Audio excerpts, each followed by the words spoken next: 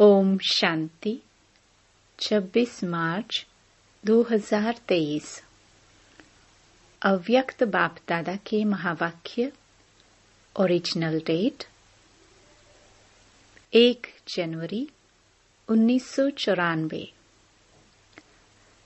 त्रिकालदर्शी स्थिति के श्रेष्ठ आसन द्वारा सदा विजयी बनो और दूसरों को शक्ति का सहयोग दो। आज त्रिकालदर्शी बाप दादा अपने सर्व मास्टर त्रिकालदर्शी बच्चों को देख रहे हैं।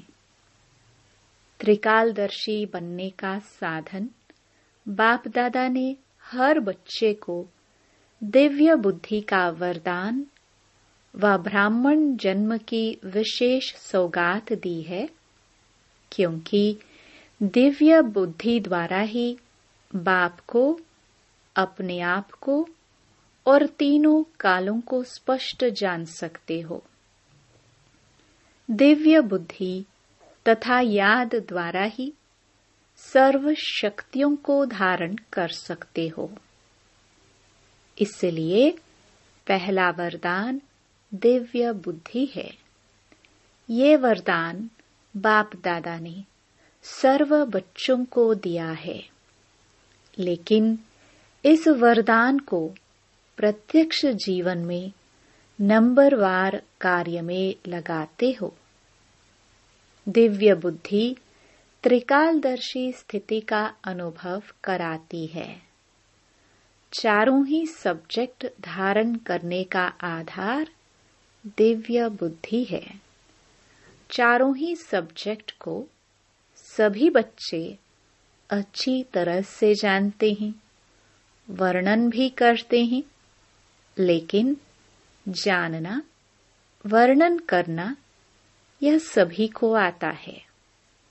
चाहे नए हैं, चाहे पुराने हैं, इसमें सभी होशियार हैं, लेकिन धारण करना इसमें नंबर बन जाते हैं।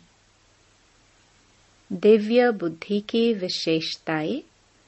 दिव्य बुद्धि वाले आत्माएं कोई भी संकल्प को कर्म व वाणी में लाने समय हर बोल और हर कर्म को तीनों काल से जानकर फिर प्रैक्टिकल में आती हैं। साधारण बुद्धि वाली आत्माएं बहुत करके वर्तमान को स्पष्ट जानती हैं, लेकिन भविष्य और भूतकाल को स्पष्ट नहीं जानती। दिव्य बुद्धि वाली आत्मा को पास्ट और फ्यूचर भी इतना ही स्पष्ट होता है जैसे प्रेजेंट स्पष्ट है। तीनों ही काल साथ साथ स्पष्ट अनुभव होता है। वैसे सभी कहते भी हैं कि जो सोचो, जो करो, जो बोलो, आगे पीछे को सोच समझ करके करो। कर्म के पहले परिणाम को सामने रखो। परिणाम हुआ भविष्य। तो नंबर 1 है त्रिकालदर्शी बुद्धि। त्रिकालदर्शी बुद्धि कभी असफलता का अनुभव नहीं करेगी, लेकिन बच्चों में 3 प्रकार की बुद्धि वाले हैं।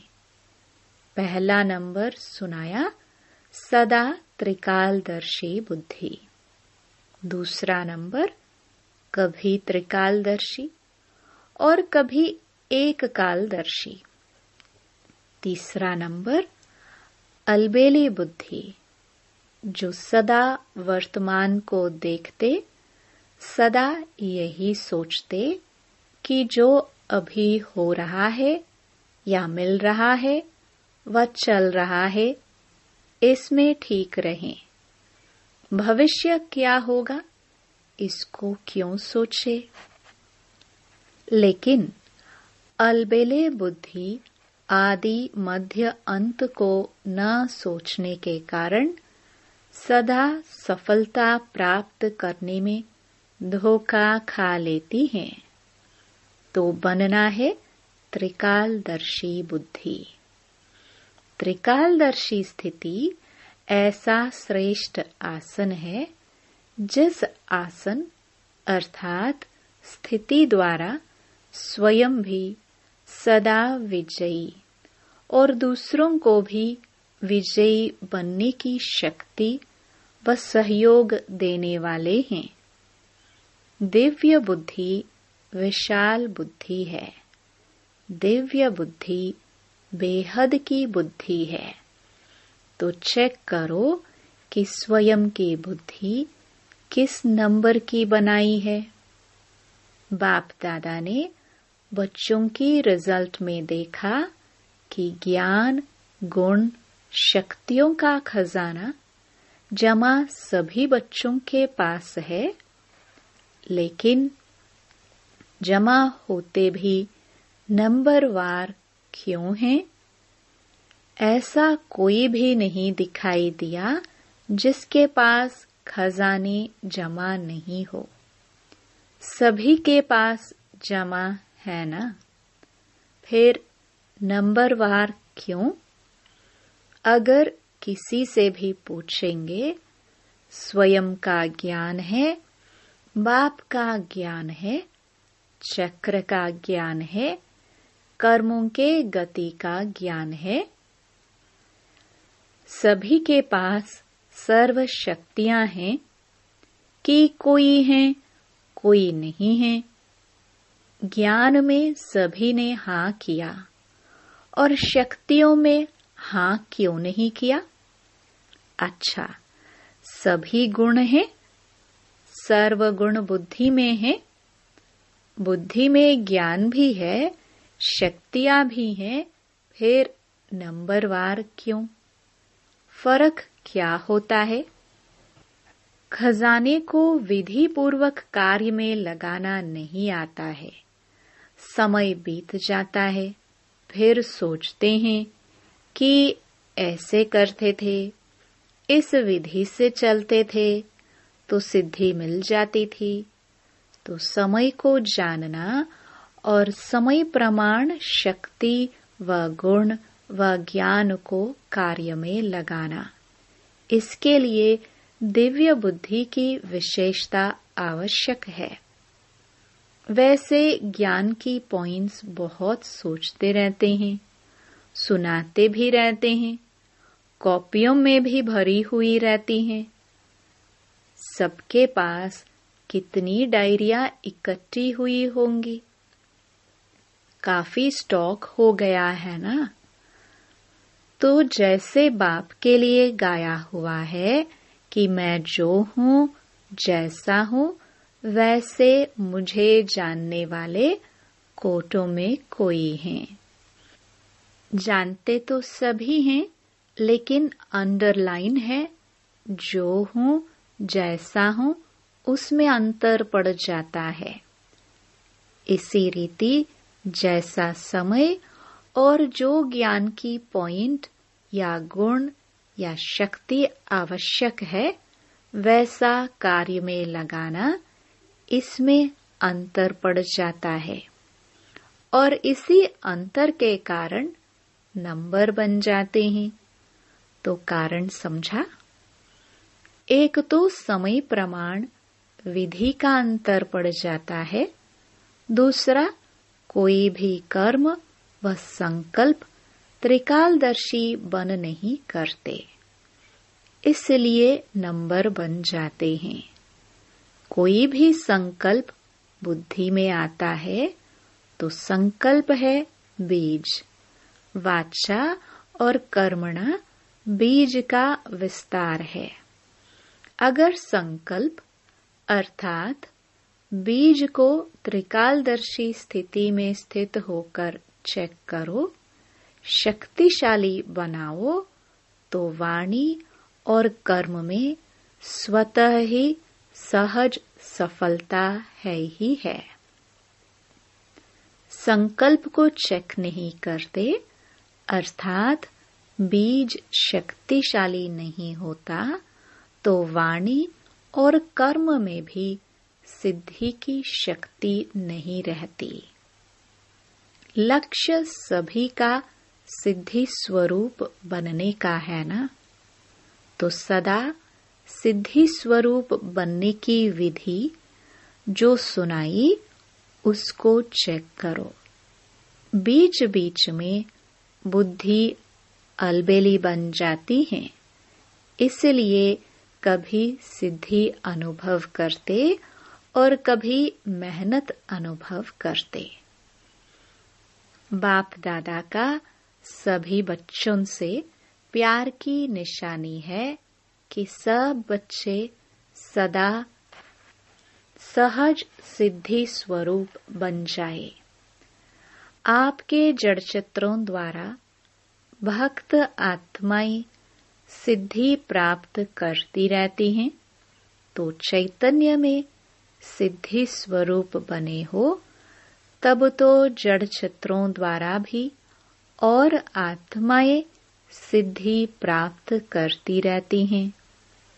जो त्रिकालदर्शी स्थिति में स्थित रहते हैं, तो त्रिकालदर्शी स्थिति समर्थ स्थिति है।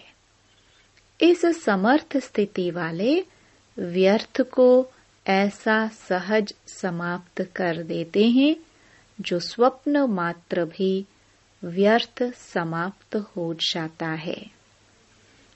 अगर त्रिकालदर्शी बुद्धि द्वारा कर्म नहीं करते हैं तो व्यर्थ का बोझ बार बार ऊंचे नंबर में अधिकारी बनने नहीं देता। तो दिव्य बुद्धि का वरदान सदा हर समय कार्य में लगाओ। बाप दादा ने पहले भी इशारा दिया है कि ज्ञानी योगी आत्माएं बने हो। अब ज्ञान और योग के शक्ति को प्रयोग में लाने वाले प्रयोगशाली आत्माएं बनो। जैसे साइंस की शक्ति का प्रयोग दिखाई देता है ना, लेकिन साइंस की शक्ति के प्रयोग का भी मूल आधार क्या है? आज जो भी साइंस ने प्रयोग कर साधन दिए हैं, उन सब साधनों का आधार क्या है? साइंस के प्रयोग का आधार क्या है? मेजॉरिटी देखेंगे लाइट है। लाइट द्वारा ही प्रयोग होता है। अगर कंप्यूटर भी चलता है तो किसके आधार से? कंप्यूटर माइट है, लेकिन आधार लाइट है ना। तो आपके साइलेंस की शक्ति का भी आधार क्या है? लाइट है ना। जब वह प्रकृति की लाइट द्वारा एक लाइट अनेक प्रकार के प्रयोग प्रैक्टिकल में करके दिखाती है, तो आपकी अविनाशी परमात्म लाइट, आत्मिक लाइट और साथ साथ प्रैक्टिकल स्थिति लाइट, तो उससे क्या नहीं प्रयोग हो सकता?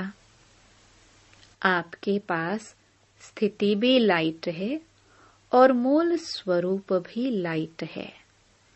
जब भी कोई प्रयोग करना चाहते हो तो पहले अपने मूल आधार को चेक करो।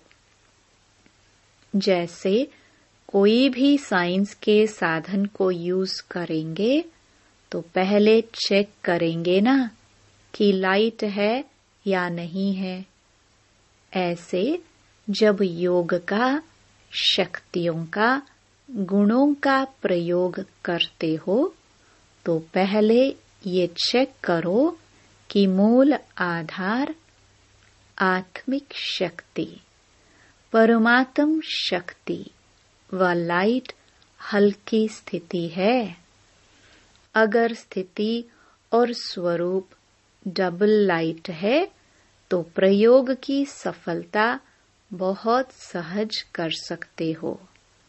और सबसे पहले इस अभ्यास को शक्तिशाली बनाने के लिए पहले अपने पर प्रयोग करके देखो।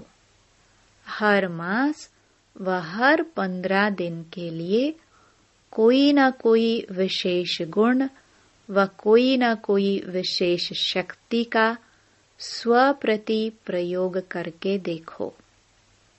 क्योंकि संगठन में व संबंध संपर्क में पेपर तो आते ही हैं, तो पहले अपने ऊपर प्रयोग में चेक करो। कोई भी पेपर आया, लेकिन जो शक्ति व जो गुण का प्रयोग करने का लक्ष्य रखा, उसमें कहाँ तक सफलता मिली और कितने समय में सफलता मिली। जैसे साइंस का प्रयोग दिन प्रतिदिन थोड़े समय में प्रत्यक्ष रूप का अनुभव कराने में आगे बढ़ रहा है, तो समय भी कम करते जाते हैं। थोड़े समय में सफलता ज्यादा। यह साइंस वालों का भी लक्ष्य है।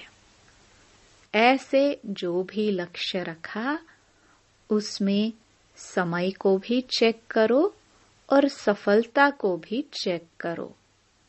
जब स्व के प्रति प्रयोग में सफल हो जाएंगे, तो दूसरी आत्माओं के प्रति प्रयोग करना सहज हो जाएगा।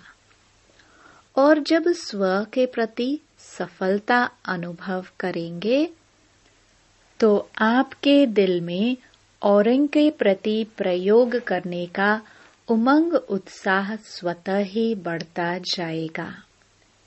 अन्य आत्माओं के संबंध संपर्क में स्व के प्रयोग द्वारा उन आत्माओं को भी आपके प्रयोग का प्रभाव स्वतः ही पड़ता रहेगा। जैसे एक दृष्टांत सामने रखो कि मुझे सहन शक्ति का प्रयोग करना है, तो जब स्वयं में सहन शक्ति का प्रयोग करेंगे, तो जो दूसरी आत्माएं आपकी सहन शक्ति को हिलाने के निमित्त हैं, वो भी बच जाएंगी ना। उनका भी तो किनारा हो जाएगा। और जैसे छोटे छोटे संगठन में रहते हो, सेंटर्स हैं, तो सेंटर्स पर छोटे संगठन हैं, तो पहले स्व के प्रति ट्रायल करो, फिर अपने छोटे संगठन में ट्रायल करो। संगठन रूप में कोई भी गुण व शक्ति का प्रयोग का प्रोग्राम बनाओ। उससे क्या होगा? संगठन की शक्ति से उसी गुण व शक्ति का वायुमंडल बन जाएगा। वाइब्रेशन फैलेगा और वायुमंडल व वाइब्रेशन का प्रभाव अनेक आत्माओं के ऊपर पड़ता ही है। तो ऐसे प्रयोगशाली आत्माएं बनो। पहले स्वयं में संतुष्टता का अनुभव करो, फिर औरों में सहज हो जाएगा, क्योंकि विधि आ जाएगी। जैसे साइंस के कोई भी साधन को पहले सैंपल के रूप में प्रयोग करते हैं, फिर विशाल रूप में प्रयोग करते हैं। ऐसे आप पहले स्वयं को सैंपल की रीति से यूज करो। जितना यह प्रयोग करने की रुचि बढ़ती जाएगी, बुद्धि मन इसमें बिजी रहेगा, तो छोटी छोटी बातों में जो समय लगाते हो, शक्तियां लगाते हो, उनकी बचत हो जाएगी। सहज ही अंतर्मुखता की स्थिति अपनी तरफ आकर्षित करेगी, क्योंकि कोई भी चीज का प्रयोग और प्रयोग की सफलता स्वतः ही और सब तरफ से किनारा करा देती है। ये प्रयोग तो सभी कर सकते हो ना, कि मुश्किल है? इस वर्ष प्रयोगशाली आत्माएं बनो। समझा क्या करना है? और हर एक स्वयं के प्रति प्रयोग में लग जाएंगे तो प्रयोगशाली आत्माओं का संगठन कितना पावरफुल बन जाएगा। वह संगठन की किरणें अर्थात वाइब्रेशंस बहुत कार्य करके दिखाएंगी। इसमें सिर्फ दृढ़ता चाहिए, मुझे करना ही है। दूसरों के अलबेलेपन का प्रभाव नहीं पड़ना चाहिए। आपकी दृढ़ता का प्रभाव औरों पर पड़ना चाहिए, क्योंकि दृढ़ता की शक्ति श्रेष्ठ है या अलबेलेपन की शक्ति श्रेष्ठ है? बाप दादा का वरदान है, जहाँ दृढ़ता है वहाँ सफलता है ही। तो क्या बनेंगे?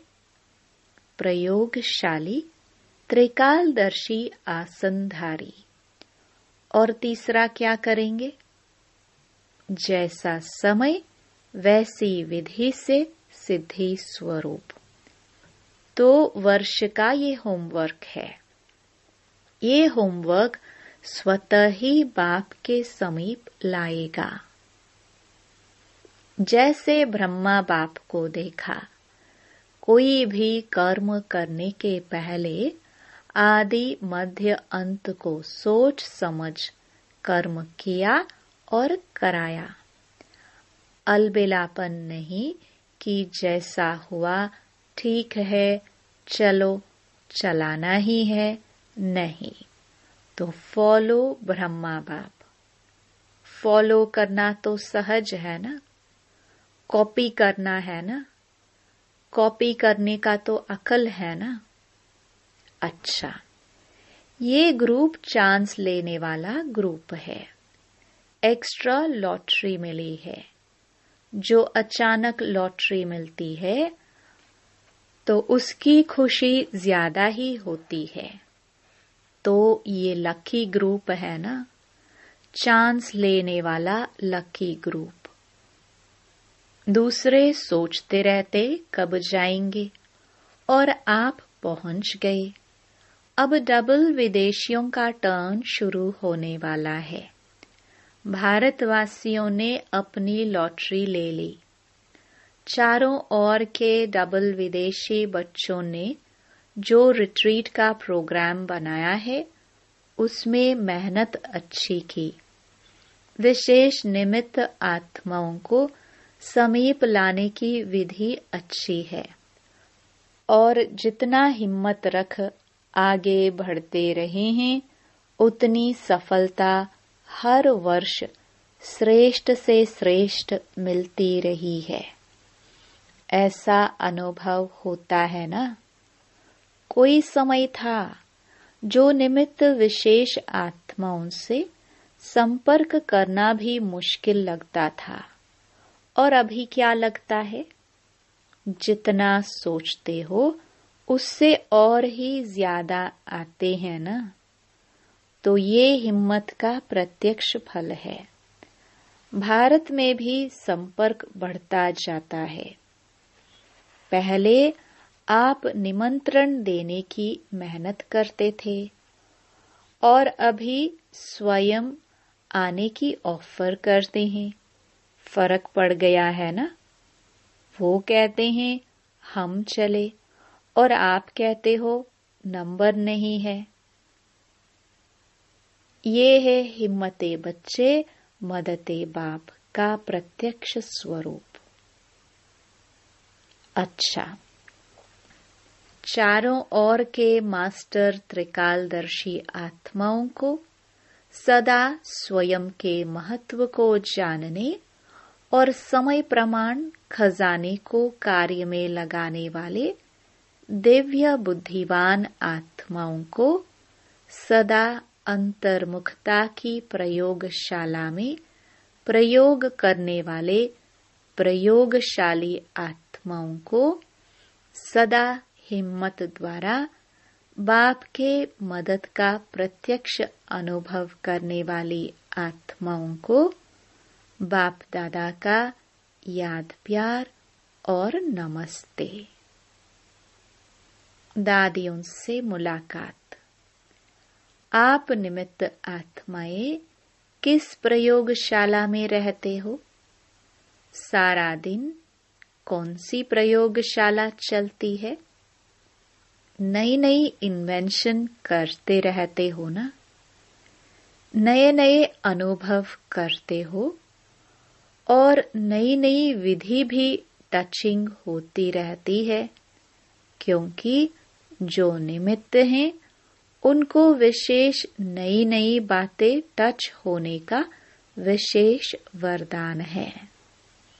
थोड़ा समय भी बीतेगा तो विचार चलता है ना, टचिंग आती है ना कि अभी ये हो, अभी ये हो, अभी ये होना चाहिए।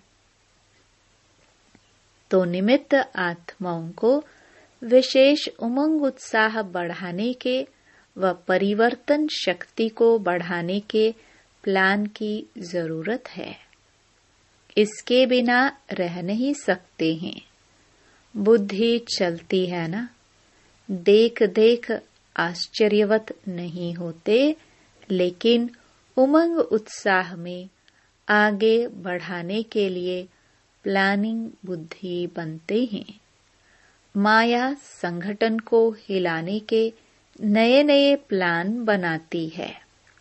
नई नई बातें सुनती हो ना, और आप लोग सभी को हिम्मत उमंग में लाने के प्लान बनाते हो। कभी आश्चर्य लगता है? नहीं लगता है ना। माया भी पुरानी विधि से थोड़े ही अपना बनाएगी, वो भी तो नवीनता लाएगी ना। अच्छा, वरदान शुद्ध मन और दिव्य बुद्धि के विमान द्वारा सेकंड में स्वीट होम की यात्रा करने वाला मास्टर सर्वशक्तिवान भव। स्वीट होम की यात्रा करने वाले मास्टर सर्वशक्तिवान भव। साइंस वाले फास्ट गति के यंत्र निकालने का प्रयत्न करते हैं। उसके लिए कितना खर्चा करते हैं, कितना समय और एनर्जी लगाते हैं, लेकिन आपके पास इतनी तीव्र गति का यंत्र है जो बिना खर्च के सोचा और पहुंचा। आपको शुभ संकल्प का यंत्र मिला है, दिव्य बुद्धि मिली है। इस शुद्ध मन और दिव्य बुद्धि के विमान द्वारा जब चाहे तब चले जाओ और जब चाहे तब लौट आओ। मास्टर सर्वशक्तिवान को कोई रोक नहीं सकता। स्लोगन। दिल सदा सच्ची हो तो दिलाराम बाप की आशीर्वाद मिलती रहेगी।